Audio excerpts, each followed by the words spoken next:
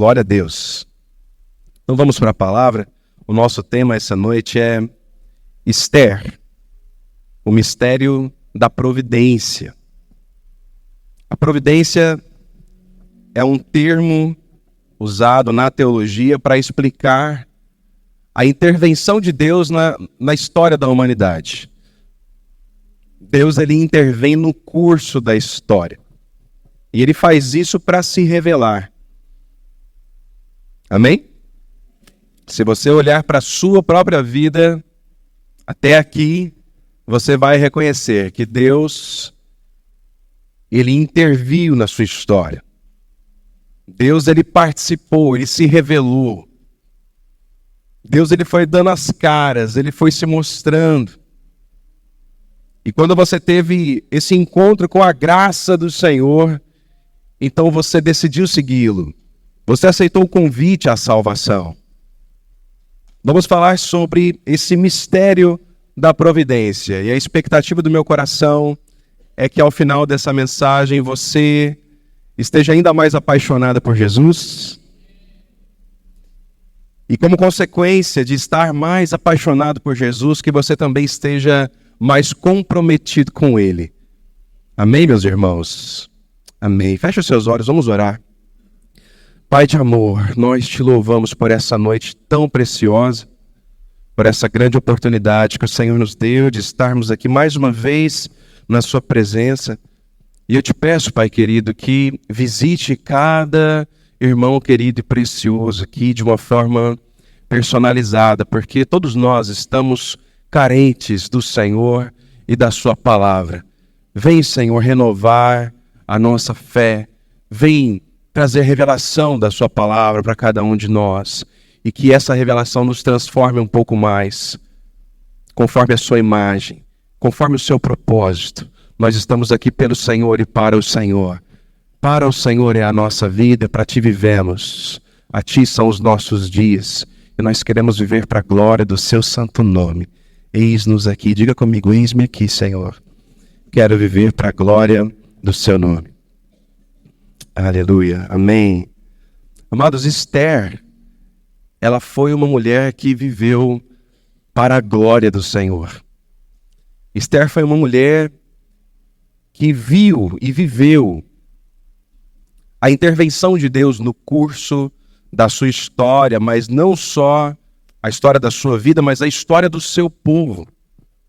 Porque uma das primeiras coisas que nós precisamos entender é que a fé e o viver em Cristo não é sobre a nossa vida, mas é sobre o plano de Deus, é sobre o propósito dele. Porque ele nos fez para cumprir um propósito. Você não é fruto de aleatoriedade, você não é fruto apenas do amor de seus pais. Muito mais do que isso, você é fruto de um plano de Deus. Deus te fez para esse tempo. Deus te fez para um propósito específico. Isso é a soberania de Deus. Não me pergunte o porquê, mas Ele fez assim. E eu de você aproveitaria a grande oportunidade que você tem, que nós temos de corresponder a esse plano eterno de Deus que está desenhado e Ele tem revelado a cada um de nós. Eu falo com algumas pessoas que é incrível, quando Deus intervém no curso da história, Ele deixa uma assinatura. Porque é impossível negar que foi Ele quem fez. Se você olhar para a sua vida, eu tenho certeza que você vai ter vários testemunhos para nos contar. Se você tivesse a oportunidade de subir aqui para contar os momentos em que Deus participou de forma ativa, revelando-se no curso da sua história, eu tenho certeza que você teria muitos fatos para contar. E é lindo quando a gente percebe, quando a gente entende, olha, Deus deixou uma assinatura aqui, porque Ele tá deixando claro, fui eu quem fiz. Eu intervi na sua vida. Eu participei de forma ativa porque eu estou conduzindo os seus passos. Eu estou te levando adiante, eu estou te levando além. Eu quero cumprir em você cada um dos meus propósitos. Isso é maravilhoso demais. Você pode levantar suas mãos e agradecer ao Senhor. Falar, obrigado, meu Deus, porque o Senhor tem conduzido a minha vida. Aleluia. Glória a Deus. Nós vamos entender que esse livro de Esther são apenas 10 capítulos. Sugiro até que você leia novamente na sua casa para resgatar todos os detalhes dessa história, mas o que eu quero te lembrar é que o livro de Esther, ele demonstra que a providência de Deus opera através de ações e decisões humanas. Deus, ele sendo Deus, poderia controlar todas as coisas.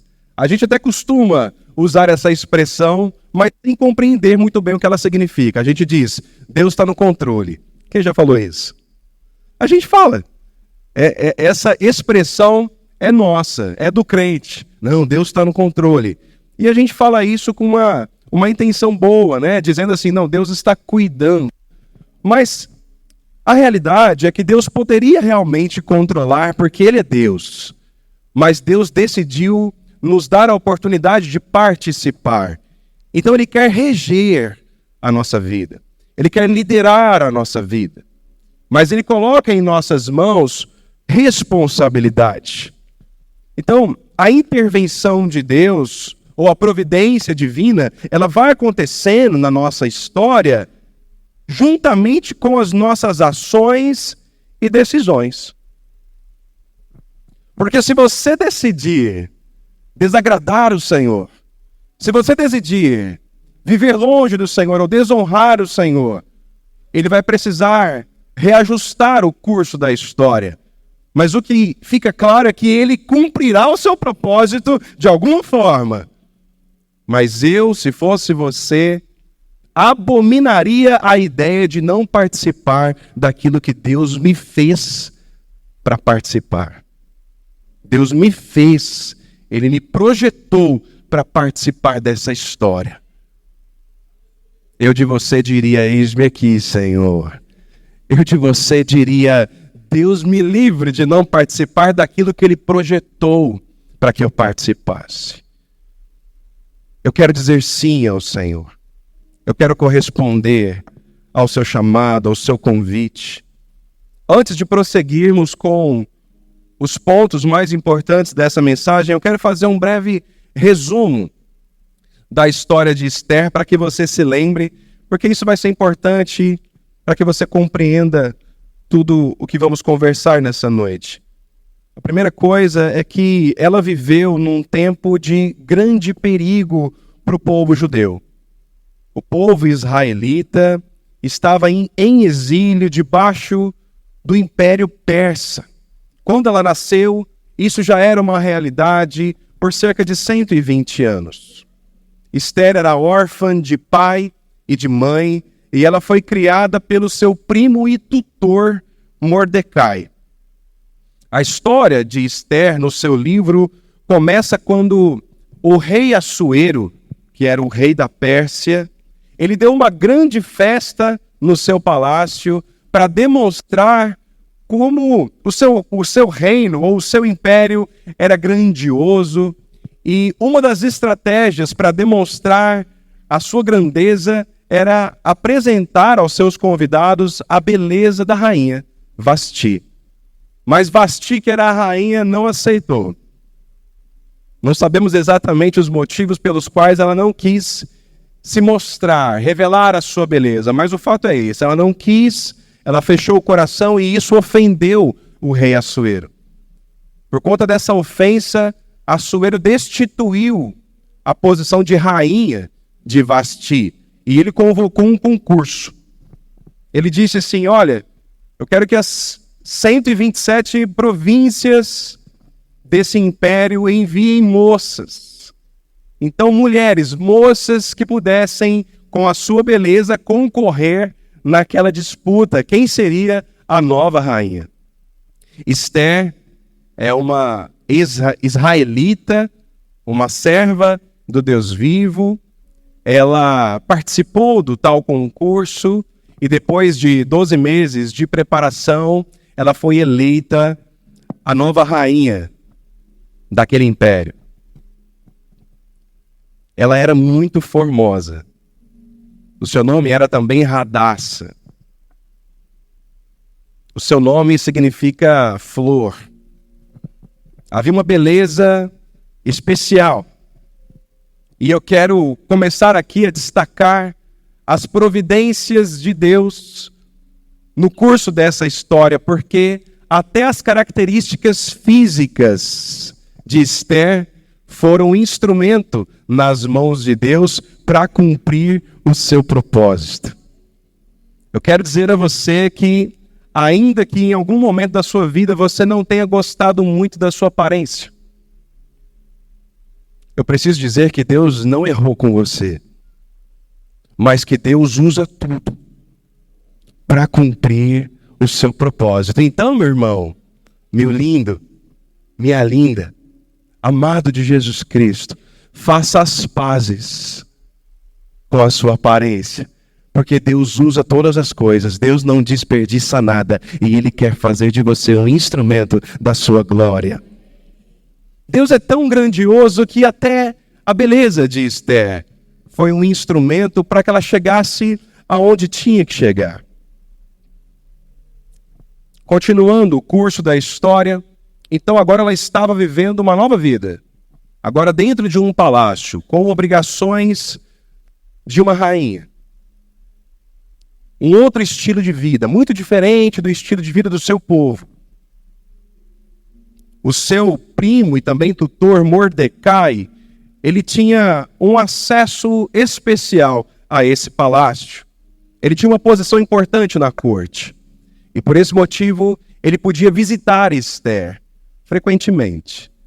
E nessas visitas, idas e vindas de Mordecai, ele ouviu 2 oficiais do rei tramando matá-lo. 2 oficiais do rei queriam matar o rei. Mordecai ouviu isso. Mordecai fez a denúncia. Esse assunto chegou até o rei. E por esse motivo, a vida do rei foi poupada. E isso foi um ponto muito positivo para Esther, para Mordecai, seu primo, e para o plano que Deus tinha de usar tanto Esther quanto Mordecai para poupar, para livrar, salvar o seu povo, o povo judeu. Olha Deus intervindo na história.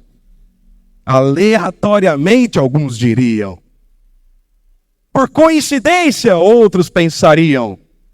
Mordecai, ao visitar a sua prima, ouviu que o rei estava correndo risco.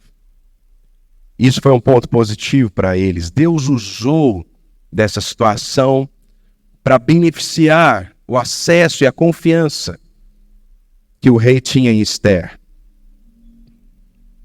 Depois, um outro personagem aparece no curso da história, é Amã. Amã, ele se torna um conselheiro do rei. Houve um decreto estabelecido de que as pessoas ou os súditos deveriam se curvar diante de Amã. Mas Mordecai, que era um servo de Deus, um judeu, ele desobedeceu o decreto, ele desobedeceu a ordem, ele não faria isso de forma alguma. E por causa disso, Amã acusou Mordecai de desobediência, e então Mordecai foi sentenciado. Ele deveria morrer numa forca. Uma forca foi preparada para Mordecai. E todo o povo judeu que, como Mordecai, desobedecesse ao tal decreto, seria igualmente morto. Aqui nós encontramos um decreto de morte para o povo de Deus. Havia uma perseguição instaurada. Amã era o protagonista dessa perseguição. Mas a história continua. E a palavra agora vai demonstrar a coragem da rainha, a coragem de Esther. Esther, ela se apresenta ao rei de forma inesperada. Porque só poderia estar na presença do rei quem fosse convocado para isso. Ela entra na presença do rei Assuero sem que fosse chamada. E o rei Assuero estende o cetro para ela, recebendo ela com misericórdia, porque havia uma relação de confiança entre eles, fruto da intervenção de Deus no curso da história.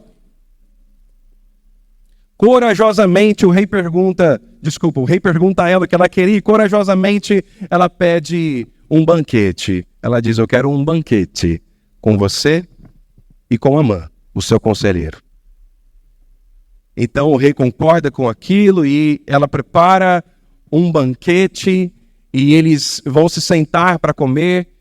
A palavra diz que no primeiro banquete Esther não falou coisa alguma a respeito daquela perseguição, mas ela pediu um segundo banquete. E no segundo banquete, então ela revelou que Amã tinha um plano perverso de matar o seu povo, o povo judeu. E naquele momento, o rei Assuero, com base naquela informação, condenou Amã. Reverteu o decreto e Amã então foi condenado à morte. E Amã foi morto naquela forca que ele preparou para Mordecai e para o povo judeu. Olha Deus intervindo no curso da história e mudando os destinos, mudando os fins. Ele vai se revelando. Você se alegra por isso? Aleluia! Depois que o decreto foi revertido, o povo de Israel, o povo judeu, ganhou a possibilidade de se defender numa guerra. Houve um conflito e o povo de Israel foi vencedor. Aleluia! Eu quero dizer a você com toda a segurança que a palavra de Deus nos dá, que Deus intervém no curso da nossa história para nos levar à grande vitória. Ele está fazendo isso na sua vida desde o dia da sua conversão, mas Ele vai continuar fazendo isso na sua história, em nome de Jesus. Diga aleluia! Vamos seguir então, próximo slide, por gentileza. O texto da palavra, ele nos ensina que a providência de Deus, queridos, nem sempre opera com milagres repentinos e sinais evidentes. Nem sempre. Nós vimos aqui nessa narrativa, nesse resumo que eu fiz da história de Esther, que ela tomou decisões muito importantes. Quando ela entra na presença do rei Assuero, ela estava assumindo o risco de perder a própria vida. Porque, como eu disse, a entrada dela naquele palácio foi inesperada. Só poderia entrar na presença do rei quem fosse chamado. Mas ela tomou aquela decisão. Todas as decisões de Esther foram decisões acertadas. E por esse motivo, ela foi conduzida por Deus, de acordo com o propósito eterno de salvar aquele povo. E é isso que Deus quer fazer conosco. Ele quer que nós assumamos as nossas responsabilidades, tomando as decisões corretas. E dessa forma Ele vai intervindo no curso da história. Ele vai se revelando e o fim é a vitória. O fim é o plano dele realizado. O fim é a obra completa. Aleluia. Pode passar o slide. Outra verdade que fica clara para nós é que mesmo em terras estrangeiras e no meio de impérios dominantes, os propósitos de Deus nunca serão frustrados. Mesmo se as circunstâncias forem as mais adversas, mesmo se tudo parecer conspirar contra os propósitos de Deus, tenha certeza que o que Deus estabeleceu, a sua vontade, que é perfeita, que é agradável, que é boa, a sua vontade jamais será frustrada. Porque Ele é Deus. Diga comigo, nada, ninguém ou qualquer circunstância poderá atrapalhar os planos de Deus. Você crê no que você está dizendo? Então dá um brado de vitória. Aleluia.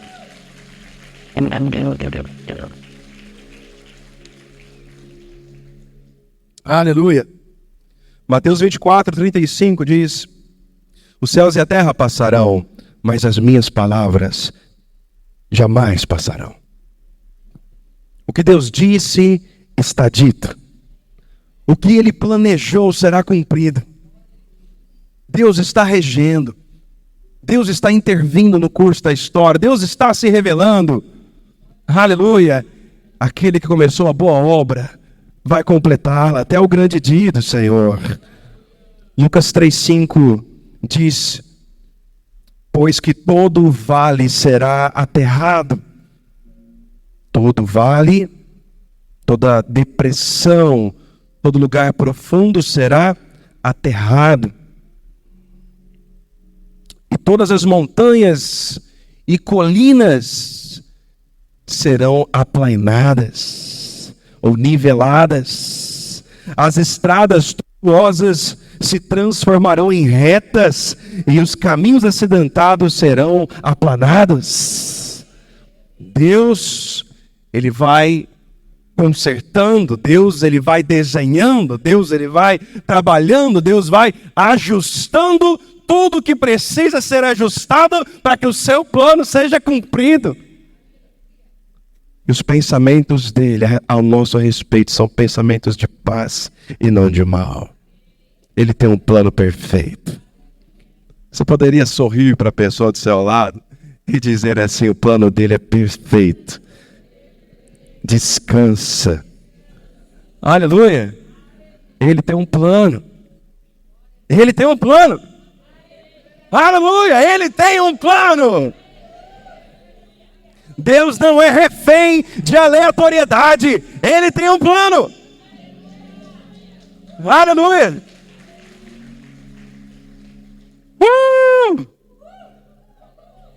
Aleluia. Mas vamos falar um pouco da nossa responsabilidade, amém? Então aperta o cinto aí para você não cair da cadeira. Porque responsabilidade é responsabilidade, não é brincadeira. Amém, meus irmãos? Olha a conversa de Mordecai com Esther, quando as coisas estavam muito difíceis. Próximo slide. No capítulo 4, versículo 14, a gente lê esse texto aqui. Isso é Mordecai falando com ela. Ele diz assim: pois se você ficar calada nessa hora, socorro e livramento surgirão de outra parte para os judeus. Mas você e a família do seu pai morrerão. Quem sabe se não foi para um momento como este que você chegou à posição de rainha? Nada é por acaso. Meus irmãos, isso que Mordecai está falando para Esther deve falar conosco. Ele está dizendo a ela assim: se você ficar quietinha, se você ficar aí no seu lugar, se você não tomar atitude nenhuma, outro livramento, o livramento virá de outra forma para o povo judeu, para Israel, porque Deus vai cumprir o seu plano. Como nós dissemos agora mesmo, com base nos textos que lemos, Ele vai aterrando os vales, Ele vai nivelando as montanhas, Ele vai endireitando o caminho, aplainando o terreno acidentado, Ele vai ajustando. Ele disse: se você não fizer nada, outra solução virá. Mas você e a família do seu pai vão morrer, de todo jeito. Em outras palavras, ele estava dizendo assim: se você quiser ficar de braços cruzados, tudo bem, mas você vai sofrer as consequências disso. E a solução, o livramento virá, de todo jeito. Você é único, meu irmão. Você tem uma digital que ninguém tem. Você foi feito com características que só você tem.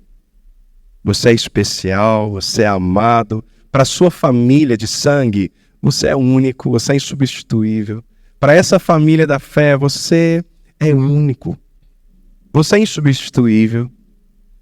Mas quando nós olhamos para o plano de Deus, nós podemos assumir a responsabilidade de precisar ser substituído.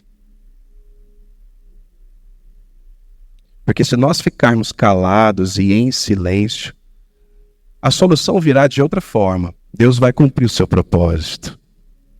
Mas talvez nesse contexto, se eu e você não assumirmos a nossa responsabilidade, as consequências dessa negligência virão sobre nós.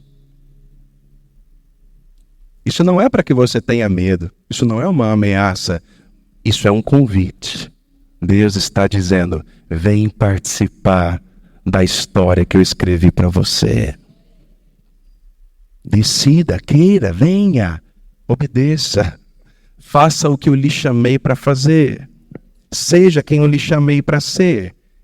Ele termina aquela frase que lemos dizendo: quem sabe não foi para um tempo como esse. Ou seja, quem sabe não foi exatamente para este propósito que você chegou à posição de rainha. Eu posso dizer a todos nós aqui, quem sabe não foi para esse tempo que Deus te fez, para que você faça aquilo que está diante de você e precisa ser feito por você. Quantos estão disponíveis para o Senhor aqui? Quantos querem corresponder ao chamado do Senhor? Diga: eu quero, Senhor. Pode avançar, meninos. Nós precisamos, então, de um posicionamento. Nós precisamos tomar uma decisão. Nós precisamos de um posicionamento profético. A decisão de estar no centro da vontade de Deus é esse posicionamento. Nós precisamos estar sensíveis à voz e à condução do Senhor. Porque Deus vai revelando a sua vontade. Amós 3,7 diz: certamente o soberano Senhor não faz coisa alguma sem revelar o seu plano aos seus servos, os profetas. Deus, ele não faz coisa alguma sem revelar o que quer fazer aos seus amigos. Os profetas, os servos de Deus são os amigos. Jesus certa vez olhou para os seus discípulos e disse assim: eu já não chamo vocês de discípulos, agora eu chamo vocês de amigos, porque vocês sabem todos os mistérios. Eu já compartilhei tudo com vocês. Eu já falei. Eu já revelei. Jesus estava demonstrando para eles e para nós, a sua igreja, que ele quer se revelar. Ele quer falar. Ele quer contar os segredos. E ele só conta segredos aos seus amigos. Quantos querem ser os amigos de Deus? Ele quer ser o seu amigo. Aí você diz: não, mas ele é Deus, eu sou um mero pecador. É verdade. Mas ele é tão perfeito, tão santo, tão maravilhoso, que encarnou, assumiu a posição do servo e disse para nós, dizendo aos seus discípulos: eu quero ser amigo de vocês. Eu quero que a nossa relação evolua ao ponto de eu compartilhar segredos. Eu quero compartilhar mistérios, eu quero revelar o meu plano. Eu tenho um plano. Quantos querem ouvir o plano de Deus? Quantos querem perceber o que ele quer fazer? Comece a perguntar a ele: Senhor, qual é o próximo passo? Senhor, qual é o seu plano? Qual é a próxima etapa? Qual é a próxima fase? Qual é a nova estação? O que o Senhor quer fazer no mês de setembro? Eis-me aqui, Senhor. Fala e o teu servo ouve. Fala, Senhor, e o teu amigo está pronto para ouvir. Eu quero ouvir, eu quero ser dirigido, eu quero ser regido pela sua vontade. Não há nada que me satisfaça mais do que a sua vontade. Jesus falou que a comida dele, a bebida dele era fazer a vontade daquele que o enviou. Jesus estava dizendo que fazer a vontade do Pai é mais importante do que comer. E olha que comer é a maneira de nos mantermos em pé e vivos. Mas ele estava dizendo: fazer a vontade do Pai é superior a você simplesmente se manter vivo. Infelizmente, tem muito crente que só está se mantendo vivo, mas não está ouvindo a vontade do Senhor, não está sendo dirigido como um amigo, não está ouvindo a instrução, a próxima fase, o próximo passo, não está sensível. Nós precisamos querer ser esses amigos de Deus que permanecem sensíveis e disponíveis à sua direção. Quantos querem ser esses amigos? Então nós precisamos, queridos, assumir a nossa responsabilidade. Pode avançar. Nós estamos falando aqui de liberdade e de responsabilidade. Porque você é livre para cruzar seus braços. Eu digo isso com pesar. Você é livre. Eu tenho certeza que se você olhar para a sua história, Você tem a capacidade de identificar os momentos em que você usou da sua liberdade e decidiu errado. E todas as vezes que você decidiu errado, você alterou o curso da história. Você entrou por um caminho que te afastou do Senhor, que te esfriou na fé. Você entrou por um caminho que você sentiu, olha, parece que as coisas estão amarradas, parece que as coisas estão bloqueadas. Mas você está aqui, pela bondade e misericórdia do Senhor. E porque você está aqui, você está vivo, você pode dizer sim ao Senhor outra vez. Você pode usar da sua liberdade essa noite para assumir a sua responsabilidade. Esther poderia ter ficado calada. Esther poderia ter permanecido em silêncio. E ela teria muitos motivos para isso. Ela poderia dizer, quem sou eu? Acabei de ser eleita rainha, nem sei o que fazer direito. Vou morrer na presença do rei Assuero.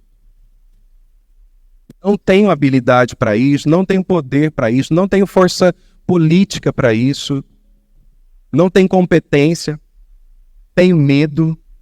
Ela poderia falar muitas coisas. Estou cansada, estou querendo ficar relax, estou querendo uma vida mais leve, mais tranquila, estou querendo curtir um pouco mais. Já sou rainha. Outros poderiam dizer, não, meu tempo já passou, deixa que outros façam. Agora eu estou em outra fase, agora eu estou em outro momento. Ela poderia ter ficado calada. Eu quero perguntar para você que está em silêncio, até quando você permanecerá calado? Você tem a liberdade para decidir, mas você também tem a responsabilidade de obedecer a Deus. São dois lados da mesma moeda. Você é livre para tomar essas decisões, mas você é escravo das consequências que virão.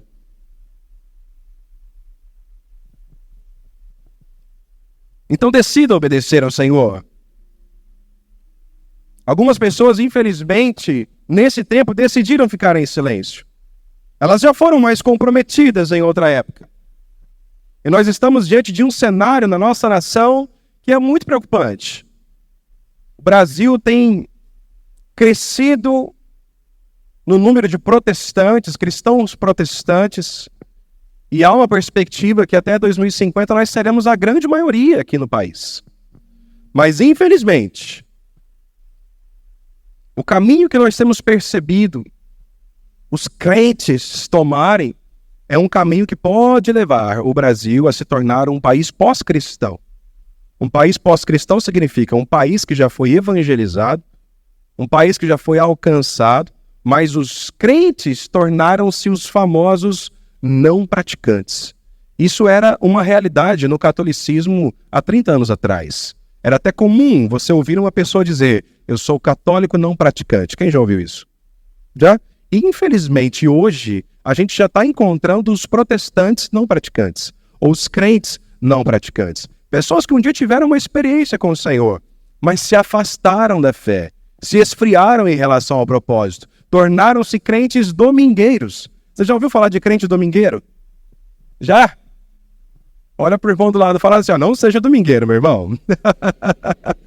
Porque o domingueiro é aquele crente que se contenta em participar da celebração no domingo. Só vai no domingo. E ele vai para participar, porque ele gosta da palavra, porque ele gosta do louvor, porque ele gosta desse ambiente, e também porque ele acha que isso é uma obrigação. Meu irmão, não seja um crente domingueiro. Nós somos uma igreja missional. Então nós temos GP no meio da semana. Nós temos reunião de oração pelo menos uma vez por mês. Os jovens têm um pouco mais de atividades. Nós tivemos ontem um evento de casais, foi maravilhoso. Quem estava aqui? Foi maravilhoso. Daqui a um tempo vai ter outro. Você que não veio, venha! Participe!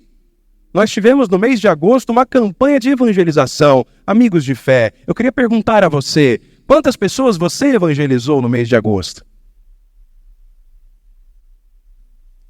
Para quantas pessoas você anunciou boas novas?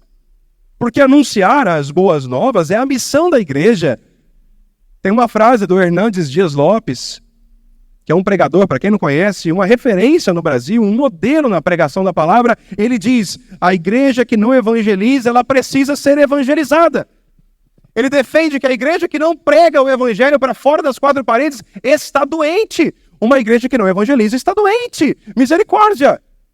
Agora, se você olhar para a sua vida, para a sua história no último mês, quantas pessoas você levou a Jesus Cristo? Talvez você comece a detectar que você talvez esteja doente. Você talvez esteja apático em relação à missão. Você talvez esteja de braços cruzados em relação ao propósito de Deus. Você talvez esteja em silêncio. Esther não ficou em silêncio. E eu e você não podemos ficar em silêncio. Olhe para Jesus Cristo, nosso Senhor e Salvador. Esther é um protótipo, ou um tipo de Cristo no Antigo Testamento.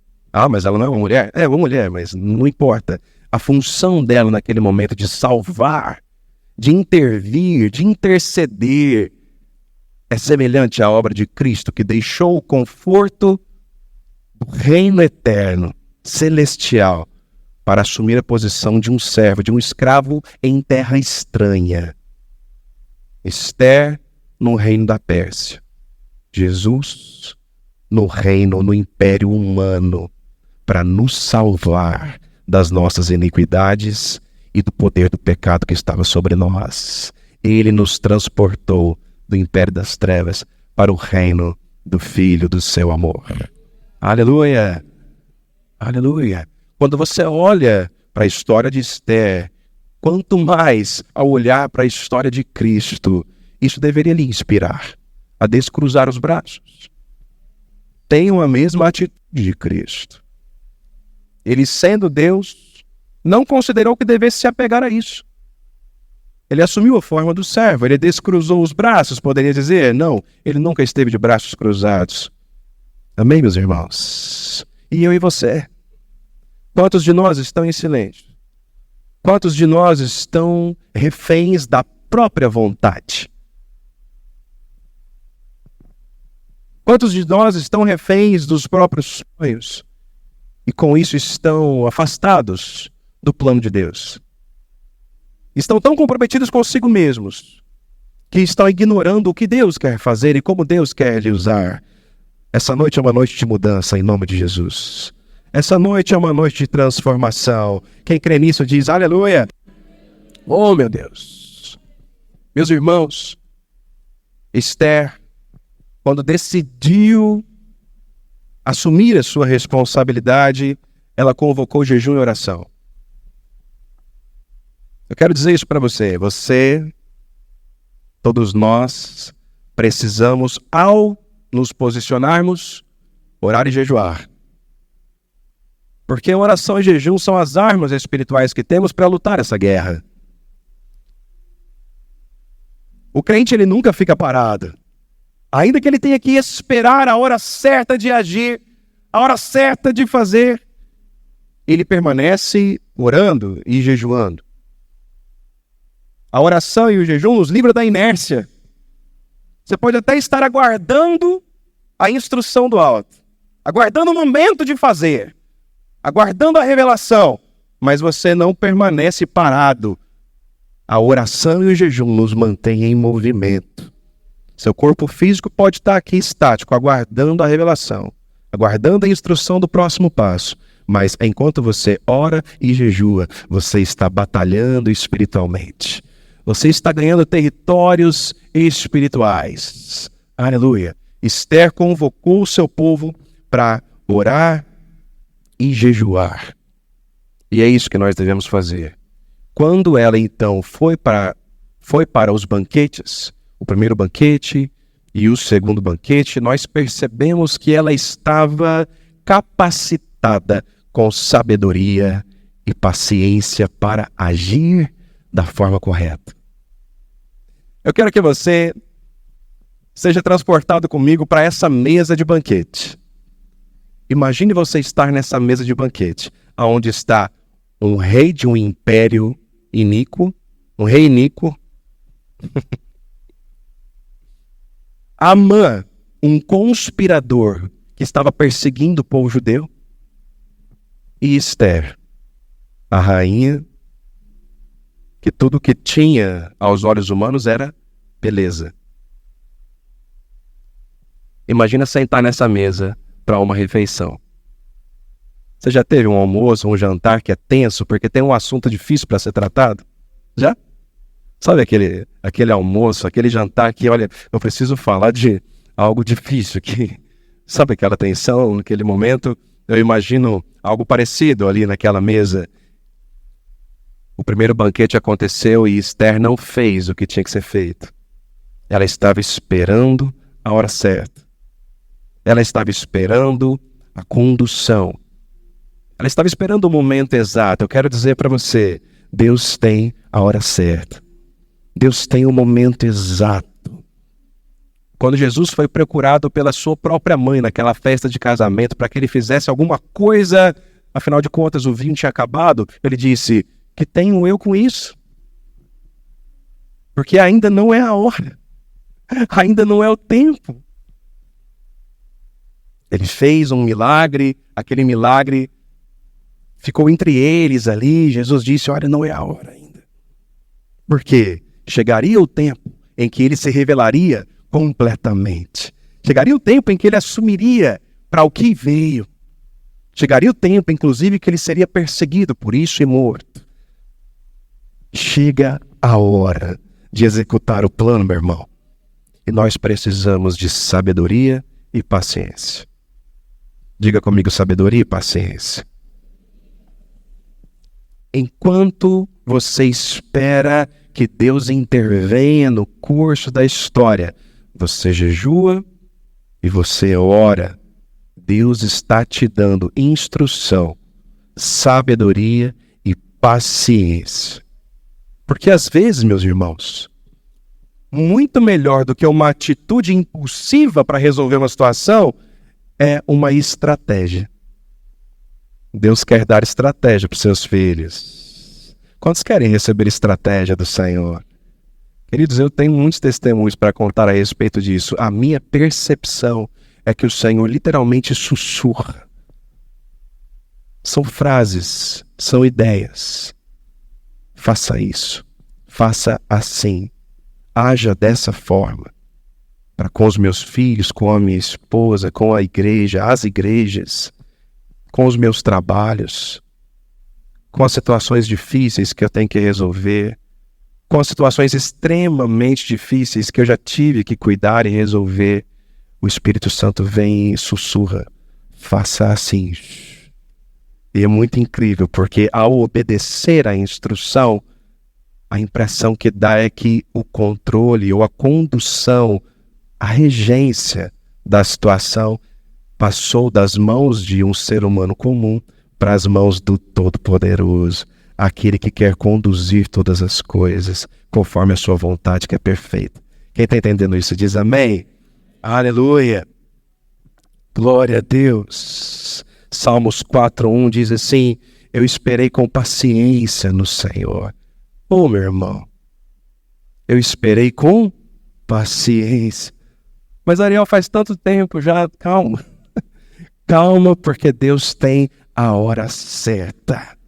Mas está demorando. Não está não. Deus tem a hora certa. Mas eu já estou velho. Não. Deus não se limita a isso. Deus tem a hora certa para agir. Diga comigo, eu esperei com paciência no Senhor e Ele se inclinou para mim e ouviu o meu clamor. Esperar com paciência no Senhor é o que eu e você devemos fazer, orando e jejuando. Gálatas 5:4 diz assim que, mas vindo a plenitude dos tempos, Deus enviou o seu Filho. Sabe o que quer dizer isso? Você já parou para pensar o que significa a plenitude dos tempos? Paulo está falando que no tempo perfeito, A plenitude dos tempos significa na hora certa. Isso significa, falando em termos estruturais, as rodovias, as embarcações, os transportes, a comunicação da época, o grego, tudo convergia para um propósito. A mensagem do Evangelho de Jesus Cristo vai alcançar as nações. A mensagem do Evangelho vai sair de Jerusalém, vai alcançar Samaria, Judeia e todos os confins da terra. É isso que Paulo está dizendo quando disse: na plenitude dos tempos, Deus enviou o seu Filho. O que isso quer dizer? Deus age na hora certa. Quem está entendendo isso? Então eu vou te perguntar e você responda para mim como um soldado. Está demorando? Acho que vocês não entenderam.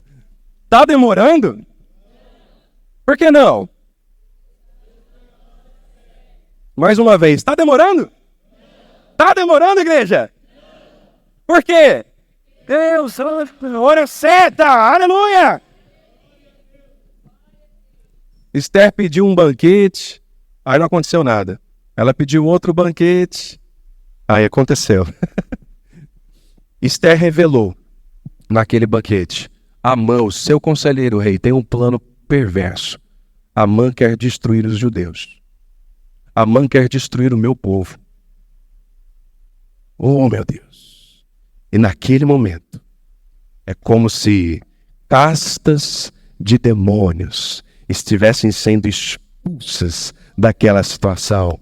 Aquele decreto de morte que estava sobre Mordecai, sobre o povo judeu, o povo de Esther, aquele decreto de morte foi revertido. Aleluia!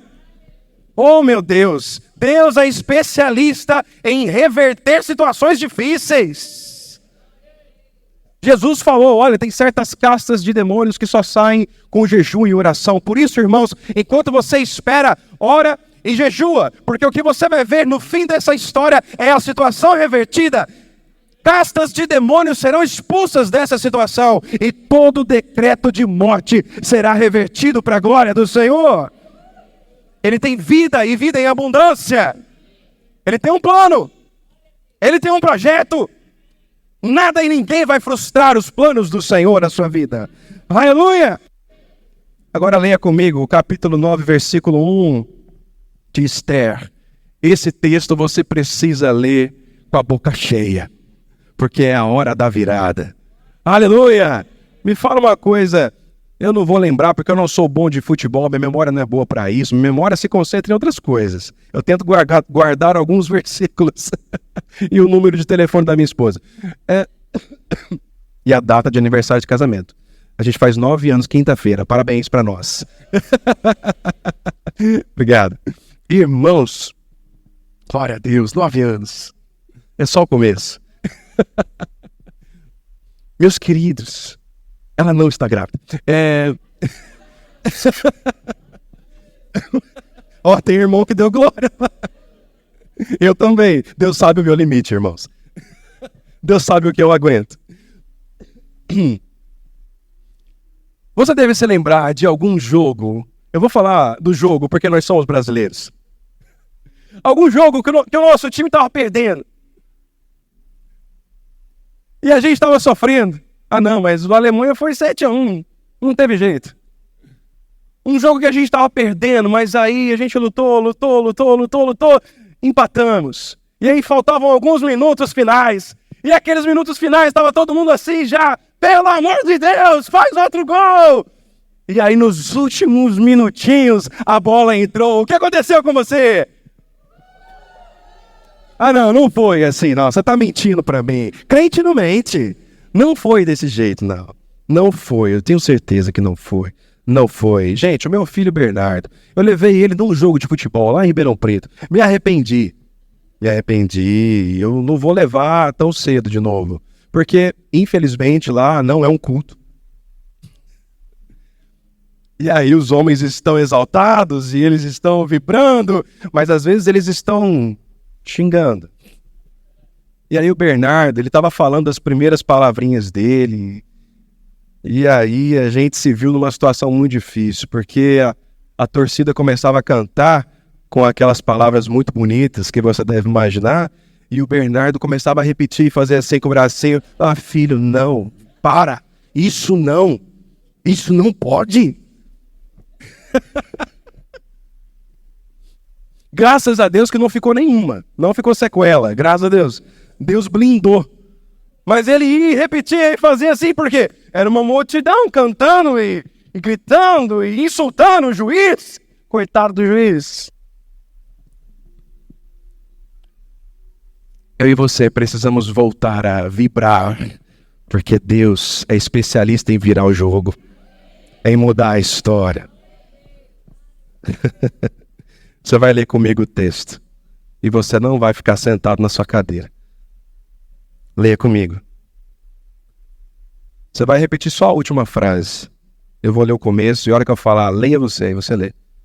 No 13º dia do 12º mês, o mês de Adar, entraria em vigor o decreto do rei.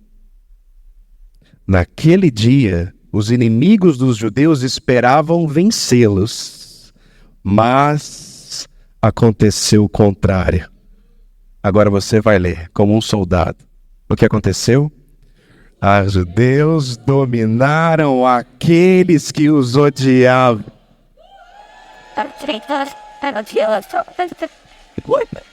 Uau! Wait! Uau! Uau! Uau! Uau! Aleluia! Aleluia! Uau! Aleluia! Este é o nosso Deus. O decreto de morte foi substituído pela oportunidade da vitória. E eles venceram. Aleluia! É Deus na sua vida. É Deus na nossa vida. É Deus na nossa história. É Deus cumprindo o seu plano e nós somos participantes dessa história. Eu quero dizer sim ao Senhor. Eu quero participar dessa história. Eu quero ser parte desse plano de vitória que o Senhor tem. Eu quero dizer sim ao Senhor. Eu quero assumir as minhas responsabilidades. Eu quero ser um instrumento em suas mãos. Eu quero encerrar dizendo só 2 coisas para você. Primeiro, avança, meninos. Decida buscar ao Senhor e encontrar segurança em sua presença. Não fique longe dele. Decida ser amigo de Deus. Decida ouvir sua voz. Decida ouvir a sua instrução. Decida ser guiado. Decida ser conduzido. Decida ser levado. Deixa ele reger a sua vida. Aleluia! Não fique esperando que ele te controle, porque ele quer relacionar-se com você. Ele lhe chamou para o amor. Ele lhe chamou para um relacionamento. A segunda coisa, Deus pode reverter qualquer situação. Creia nisso. Levanta suas mãos bem alto. Levanta muito alto as suas mãos. Salmos 18, do 30 ao 38. Este é o Deus cujo caminho é perfeito. A palavra do Senhor é comprovadamente genuína. Ele é um escudo para todos os que nele se refugiam. Pois quem é Deus além do Senhor? E quem é rocha senão o nosso Deus? Ele é o Deus que me reveste de força e torna perfeito o meu caminho. Torna os meus pés ágeis como os da corça. Sustenta-me firme nas alturas. Ele treina as minhas mãos para a batalha e os meus braços para vergar o arco de bronze. Tu me dás o teu escudo de vitória. Tua mão direita me sustém. Desces ao meu encontro para exaltar-me. Deixaste livre o meu caminho para que não se torçam os meus tornozelos. Persegui os meus inimigos e os alcancei. E não voltei enquanto não foram destruídos. Massacrei-os e não puderam levantar-se. Jazem, ou seja, já estão debaixo dos meus pés. Aleluia! Aleluia! Jesus Cristo, nosso Senhor e Salvador, venceu o poder da morte. Mudou o decreto de morte que estava sobre nós. E Ele tem para nós vida em abundância. Ele muda realidades. Ele muda destinos.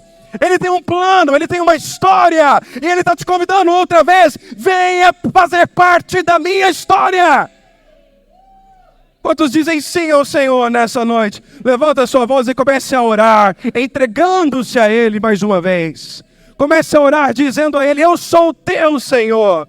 Eu sou o teu nome é o maior, teu nome é o maior, teu nome é o maior.